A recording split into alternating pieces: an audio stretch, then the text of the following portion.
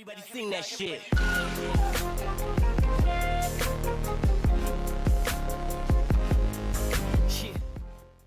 Regeneration of Marcus Rashford, United striker looks a different player for England. You have the answer now when you ask why always Lukaku? We are probably not as good as people think individually.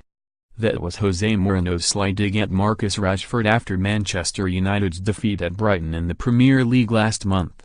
Rashford had started the game. Romelu Lukaku had not. This was the same Rashford who lit up Elland Road on Thursday night with a stunning goal and all-round dazzling display in England's victory over Costa Rica.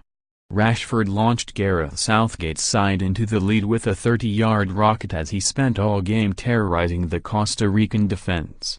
The 20-year-old has now given Southgate an unexpected decision to make over whether Rashford should start ahead of Raheem Sterling against Tunisia on June 18. United fans even took to social media to urge Mourinho to sign this unknown Rashford lad. But how can his performance in an England shirt be so different to when he plays for United? Almost twice as good. When you compare Rashford's performance against Costa Rica with his average over 90 minutes for United last season, the striker was almost doubly as effective for the Three Lions. Rashford attempted 51 passes for England against Costa Rica, while his average for United was around 29, all at the same 78% completion rate. Crucially for an attacker, though, 32 of those passes at Elland Road ended in the final third. That's the area in which Rashford can have his biggest influence on the game. For United, there were less than 15. Then there's attempted dribbles, the confidence to take on his man. Rashford attempted 10 of them against Costa Rica, as he frequently left his defenders chasing his heels. For United, he averaged just 5.4. In a word, freedom.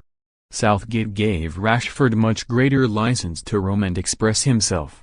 Rashford started up front with Jamie Vardy against Costa Rica, but in the withdrawn role that gave the United striker the freedom to come short, drift wide and do basically what he wanted, while the Leicester man pressed high to push the defense back and leave more space for Rashford to thrive. He does not get that under Mourinho, who is far more restrictive in his demands. Take Rashford's goal for a start. That came from right side. For United, Rashford is hardly ever there. Mourinho plays him mainly as a left winger in a 4-2-3-1 and expects him to stay there. According to Opta, only 19% of Rashford's touches for United last season were on the right-hand side of the opposition half. Against Costa Rica, 32.5% of them were there. That also has an effect on Rashford's ability to influence games. Again, it comes down to freedom within their respective systems. Southgate's England play with wing-backs. It is their job to track back and stem the danger from opposition wingers. There's an extra centre-back too, which allows the right or left side of the back three to drift wide to lend a hand. Rashford's defensive duties are, to the nearest decimal place, nil. He has nowhere near that freedom under Mourinho. United's 4-2-3-1 means the wingers have to do the tracking back to help out the full-backs. It was for this very reason that Antonio Conte switched to 3-4-3 in his first season at Chelsea, to free up Eden Hazard from his defensive shackles. Last season, nearly 20% of Rashford's touches for United were in his own half. Against Costa Rica, just 7.5% of them were, with 5% still in the middle third of the pitch. Unless you're David Beckham or Maynard Figueroa, having a fifth of your touches behind the halfway line is not going to help you score or create goals. What pleased me most is that Marcus Rashford enjoyed his football tonight. He played with a real swagger, said Southgate after the game on Thursday night. The slight implication, perhaps, is that Rashford has not been enjoying it at United. As we have seen, Mourinho is not averse to throwing his players under the public bus when they do not meet his demands.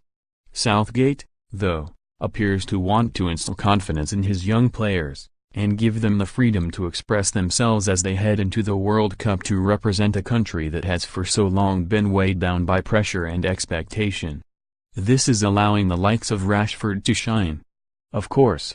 Last night was just a warm-up game, with little other than experimentation and preparation on the line. And while Costa Rica are no mugs, they are ranked 23rd in the FIFA rankings, ahead of Sweden and Austria. They are still a side England should beat. And they did so comfortably. Mourinho does not have that luxury. He cannot afford to experiment in the Premier League, especially when the noisy neighbors are charging off into the distance with the title and the plaudits. Mourinho relies on his systems and his structures. But last night showed they also come at Rashford's expense.